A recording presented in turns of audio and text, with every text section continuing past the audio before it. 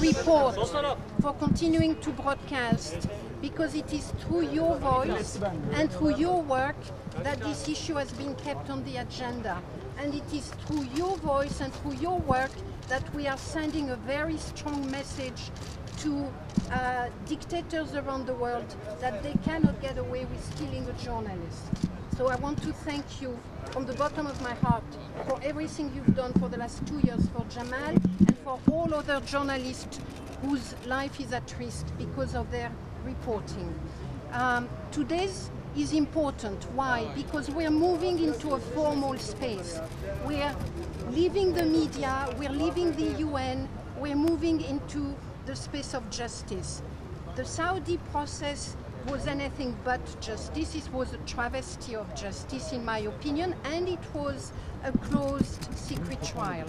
Here, we have a space where the victims are heard in a way that they have never been heard before. We have a space where witnesses are asked to speak under oath, and therefore that gives far more legitimacy and strength to their statement. We have a space which is in keeping with Turkey responsibility, and therefore that trial is important for Turkey as well. It is important for truth-telling because more information is coming up and more information will come up.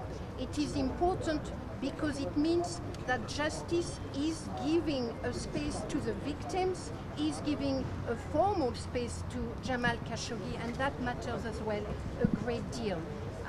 So yes, the trial has many limitations. It is a trial in absentia. The defendants are not represented or are represented by lawyers who have not been able to speak with them.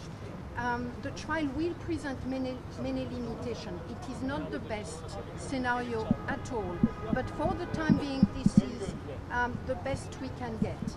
And I am disappointed that there are no more international representation, that countries did not send observers, particularly countries that have been at the forefront of fighting for press freedom and for fighting for the safety of journalists.